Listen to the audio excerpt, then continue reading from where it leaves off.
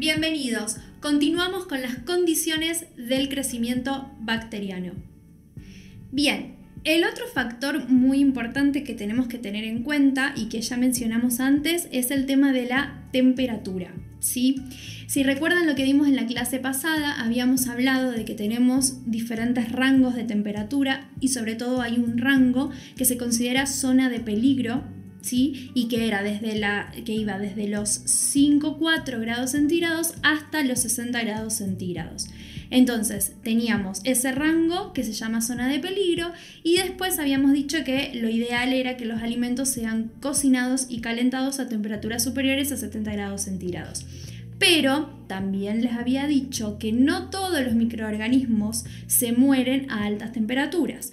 ¿Por qué era eso? Si se acuerdan, cuando hablamos de bacterias, teníamos que estaban, por ejemplo, las bacterias que producen esporas, ¿sí? Entonces, estas bacterias generan una membrana alrededor de ellas que las hace mucho más resistentes. Entonces, son bacterias que es mucho más difícil eliminarlas con el calor. Hablando de esto en la cocina y con métodos de cocción simples, ¿sí? Pero porque, por ejemplo, en las industrias se utilizan otros métodos como la esterilización o pasteurización que sí permiten asegurar que esas bacterias se puedan morir, ¿sí? Pero con un simple método de cocción como podemos llevar a cabo en nuestras casas, quizás son bacterias que a 70 grados de calor no van a morir porque son termorresistentes, porque generan resistencias, mecanismos de defensa que las hacen mucho más resistentes. Bien, entonces, con el tema de la temperatura volvemos. Es algo sumamente importante que tengamos en cuenta. Se relaciona con el tema del tiempo también, ¿sí? Entonces, recordar siempre que no nos sirven las temperaturas tibias. La zona de peligro que va de 4 a 60 grados centígrados, tenemos que evitar eso, ¿sí? Esa es la zona que nosotros tenemos que evitar. Por lo tanto, no hacer temperaturas tibias. Recordar que hay que calentar los alimentos a mayor de 70 grados centígrados y refrigerar a 5 grados centígrados. Y vuelvo a hacer hincapié en esto, no todas las bacterias se mueren a altas temperaturas y cuando nosotros refrigeramos alimentos no estamos eliminando bacterias. Ojo con eso, al refrigerar un alimento no matamos bacterias, lo único que hacemos es detener el crecimiento microbiano, ¿sí? O sea, estamos como frenando ese proceso de desarrollo. Por lo tanto, cuando nosotros descongelemos ese alimento, ¿qué tenemos que hacer? Cocinarlo o calentarlo a una temperatura superior a 70 grados, ¿sí? Y no dejarlo entibiar, ¿sí? Entonces, o sea, esto no es ni sí ni no, es como siempre decimos, la zona de peligro es la que se considera esa de 5 a 60 grados centígrados. Lo ideal para prevenir riesgos es que se cocina a mayor de 70 grados, pero tenemos que recordar que no todas mueren. En la próxima clase, cuando hablemos bien de las patologías que produce cada tipo de microorganismo, vamos a ver bien cuáles son esos tipos de bacterias que generan esporas, ¿sí? Y que generan diferentes mecanismos de defensa y que las hacen mucho más resistentes. Simplemente para que ustedes tengan una idea y puedan tenerlo en cuenta cuando elaboramos los alimentos para nuestros comensales.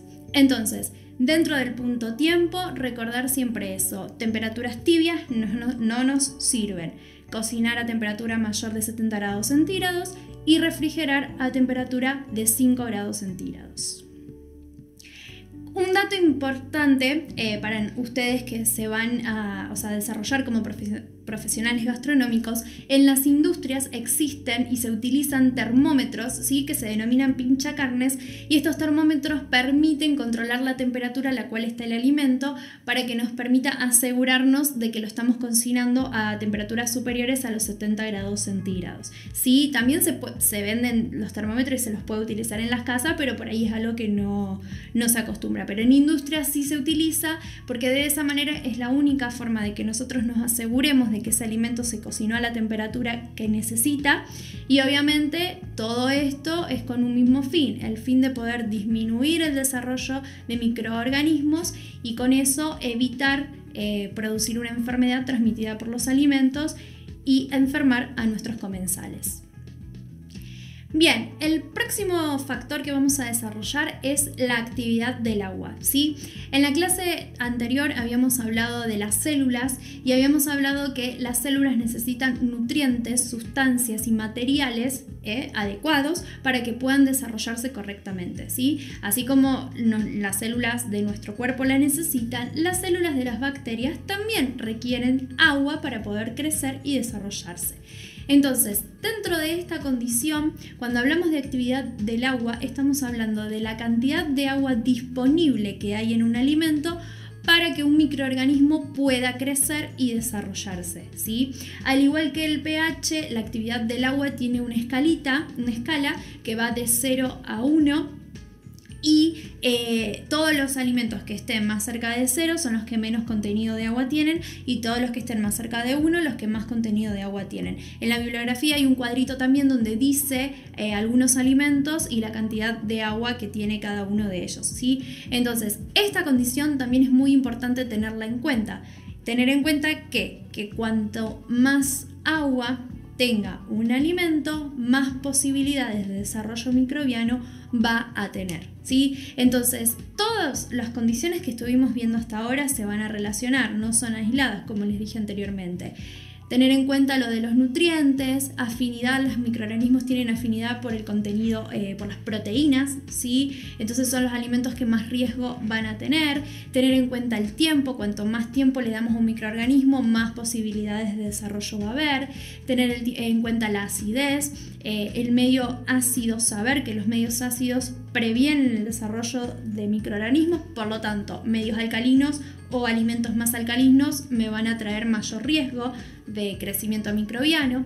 Tener en cuenta la actividad del agua, saber que un alimento cuanto más cantidad de agua tiene, más riesgo va a haber. Dentro de esto, ¿cuáles son los alimentos que más contenido de agua tienen? Los alimentos líquidos, las leches, las frutas, las verduras, las carnes también, y no así alimentos más secos con menor cantidad de agua, como son por ejemplo los cereales y derivados, ¿sí? Entonces, nosotros conociendo estas cositas podemos ir aplicándola a la hora de que elijamos un alimento para poder elaborar un alimento completo, digamos, ¿no? Entonces es importante saber y recordar de esta condición que cuanto más agua tiene un alimento, más posibilidades tiene de desarrollar microorganismos. Bien, la próxima condición es el tema de la humedad, ¿sí? Con esto es importante que tengamos en cuenta tanto la humedad que puede tener un alimento como condición propia y la humedad del ambiente, ¿sí? Entonces hay que tener en cuenta las dos cosas para poder analizar el alimento. Por ejemplo, si nosotros tenemos un alimento que es seco y el ambiente está húmedo, lo que se va a tender es a que se busque el equilibrio. Entonces, si el alimento está seco y el ambiente es húmedo, ese alimento se va a humedecer. Esto va, de acuerdo a las características de calidad, va a ser bueno porque ese alimento no va a perder sus características organolépticas y un alimento húmedo es mucho más agradable que un alimento seco. Sin embargo, al ganar humedad, ese alimento aumenta su riesgo de desarrollar microorganismos, ¿sí? Esto se relaciona con la actividad del agua que dijimos anteriormente. Cuanto más cantidad de agua tiene un alimento, mayor riesgo de desarrollar microorganismos. Entonces, ese alimento húmedo, en cuanto a calidad, sigue siendo un alimento de calidad, pero tiene riesgo de desarrollo de microorganismos. En cambio, por ejemplo, si tenemos un alimento húmedo y el ambiente está seco, ese alimento se seca. Ese alimento va a perder calidad porque va a perder sus características organolépticas y por ahí no va a ser tan aceptable y agradable para la persona. Sin embargo, el riesgo de desarrollar microorganismos va a ser menor, ¿sí? Porque su contenido de humedad es menor. Entonces, dentro de este concepto lo que hay que tener en cuenta es que cuanto mayor humedad tiene un alimento, mayor riesgo de desarrollo y crecimiento de microorganismos va a haber. Y que tenemos que tener en cuenta las dos cosas, tanto la humedad que tiene un alimento como la humedad del ambiente, porque también la humedad del ambiente es lo que me va a afectar y a dañar ese alimento.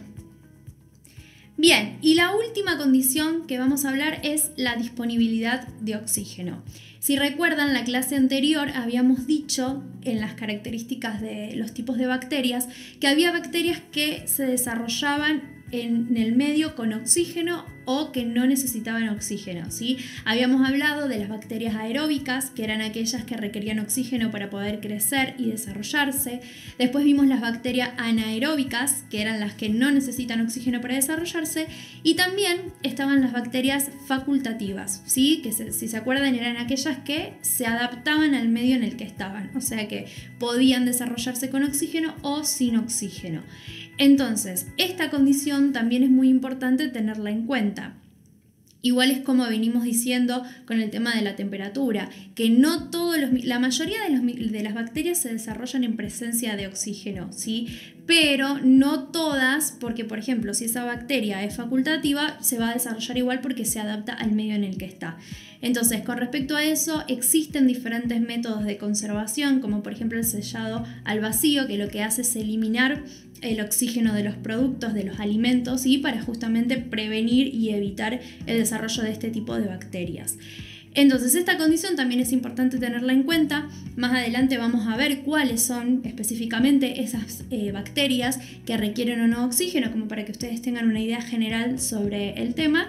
Pero básicamente es recordar eso, que tenemos bacterias que necesitan oxígeno, otras que no, y otras que sí se adaptan al medio y que pueden desarrollarse de acuerdo a la sustancia o a la materia que tengan disponible para su crecimiento. Todas estas fueron las condiciones de desarrollo microbiano. Nos vemos en un próximo video.